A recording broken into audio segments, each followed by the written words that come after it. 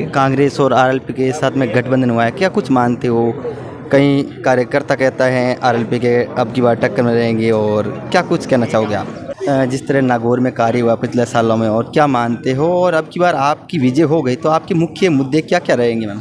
मैं रितपाल सिंह ने अब कांग्रेस छोड़ के भारतीय जनता पार्टी में ज्वाइन किए, कितना कुछ सारा मिलेगा, क्या कुछ मानते हो आप? अब भारतीय जनता पार्टी ने मौका दिया आपको, क्या कहना चाहोगे आप? आपके पास भी समय बहुत कम है, एक आखिर सवाल करना चाहूँगा, नागौर की जनता को क्या कुछ संदेश देना चाहोगे आप?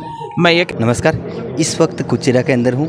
हमारे साथ नागौर से भारतीय जनता पार्टी के प्रत्याशी ज्योति मिर्धा है। ज्योति मिर्धा से हम बातचीत करेंगे गठबंधन होने के बाद में क्या कुछ कहना चाहेगी। सबसे पहले हमारे चैनल पर नमस्कार और बहुत बहुत शुभकामनाएं आपको टिकट मिलने पर, देरी से भी सही। बहुत बहुत धन्यवाद जो आप यहाँ पर आज मेरा इंटरव्यू लेने के लिए आए हैं उसके लिए। और टिकट तो मेरा तो बहुत पहले अनाउंस हो गया था, पहली लिस्ट में ही आ गया था। गठबंधन का जो टिकट है वो अब अनाउंस हुआ है जी।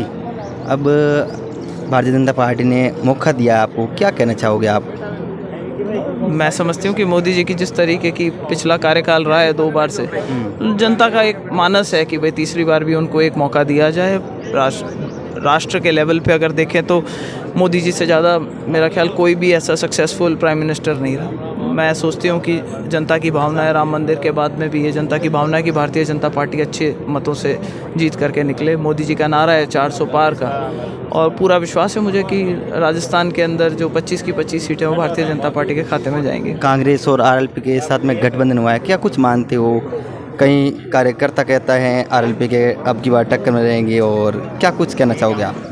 भाई जब एक के सामने 2 मिलके लड़ रहे हो तो अपने आप ही बता दो कि मजबूत कौन है। तो मेरा तो ये मानना है कि बहुत दिन तक लगभग डेरा डाल करके बैठने के बाद बड़ी मुश्किल से कहीं ना कहीं मौका लगा और गठबंधन हुआ है। तो ये दर्शाता है कि कांग्रेस के पास पहली बात कोई मजबूत कैंडिडेट नहीं था, फिर उन्होंने लास्ट में जाते जाते इस तरीके के कॉम्प्रोमाइज़ टाइप का किया है।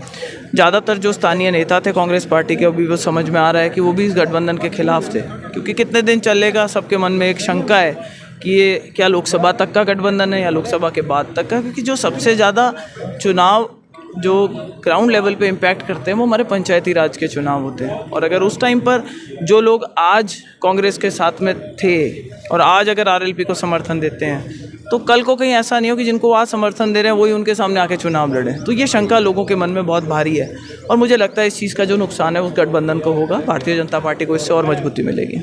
जी। जिस तरह नागौर में कार्य हुआ पिछले सालों में, और क्या मानते हो, और अब की बार आपकी विजय हो गई तो आपके मुख्य मुद्दे क्या क्या रहेंगे मैम? मैं तो ये बताऊंगी कि सांसद जब थे, जो गठबंधन के अभी कैंडिडेट हैं, उन्होंने उस टाइम पर भारतीय जनता पार्टी के साथ गठबंधन किया था। भारतीय जनता पार्टी की लहर थी और उन्होंने सीट निकाल ली थी उस टाइम पर। लेकिन उसके बाद उन्होंने गठबंधन को छोड़ा, और छोड़ने के बाद में मैं तो सिर्फ ये कहूँगी कि जो इतने लंबे समय से अटके हुए काम थे, जो उनको करवाने चाहिए थे, उन्होंने नहीं पूरे करवाए। चाहे वो शहर का जो नागौर शहर की बात करें, अपन ज़्यादा दूर भी क्यों जाएँ, आरओबी के इतने टाइम से अटके हुए काम थे, वो शुरू हो गए हमारे आते के साथ ही। हम चाहे चुनाव हार गए हों, लेकिन जो आज सरकार बनी है भारतीय जनता पार्टी का, उसका पूरी तरह से समर्थन है, चाहे वो राजस्थान की सरकार हो चाहे दिल्ली की सरकार हो। यही कारण है कि चुनाव के नतीजे आने के जस्ट बाद में आरओबी का काम शुरू हो गया। जो पुराने अस्पताल में हॉस्पिटल शुरू करने की बात थी उसका काम शुरू हो गया।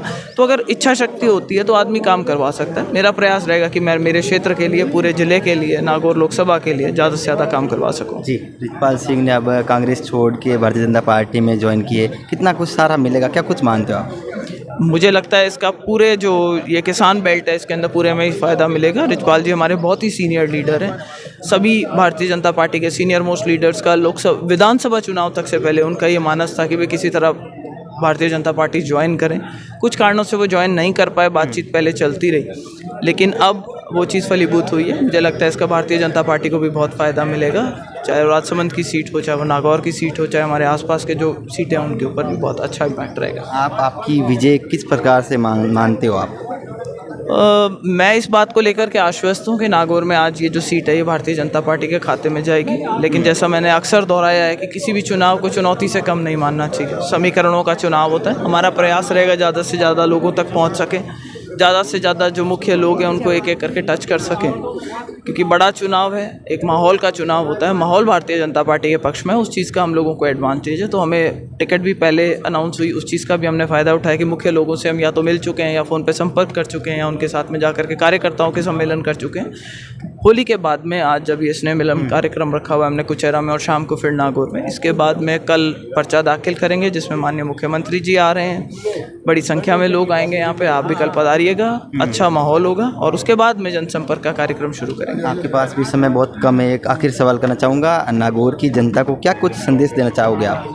मैं ये कहना चाहूँगी कि आगामी 19 अप्रैल को जब वोट पड़े तो नागौर की जनता दिल खोल करके भारतीय जनता पार्टी के फूल के निशान पर ज़्यादा से ज़्यादा वोट दे करके जिताए हम लोगों को। मुझे जिता करके, अगर आप मोदी जी का जो 400 पार का नारा है, हम सभी की इच्छा है कि मोदी जी एक बार पुनः देश का नेतृत्व करें। जो बड़े कठोर फैसले लेने का समय है वो अब आएगा, क्योंकि जब पूर्ण बहुमत राज्यसभा में भी आ जाएगा उसके बाद में अच्छे बड़े फैसले लिए जा सकते हैं। आप सभी समर्थन दें और हमारी तरफ से पूरे सहयोग की आशा रखें कि हमसे जो बन पड़ेगा वो आपके लिए करने के लिए हमेशा तत्पर हैं। आपका बहुत बहुत धन्यवाद, आपने इंटरव्यू के लिए टाइम दिया। धन्यवाद जी। ये थे ज्योति मिर्दा, जो कि भाजपा के नागौर से प्रत्याशी बनाया गया है। इनका कहना है अच्छी वोटिंग, अच्छी विजय होगी। आपकी क्या राय होगी हमें कमेंट में ज़रूर बताएगा। तब तक के लिए ठीक है, मैं हूँ सुनील, कैमरा सहयोगी गोवर्धन के साथ में नागौर कुचेरा। धन्यवाद।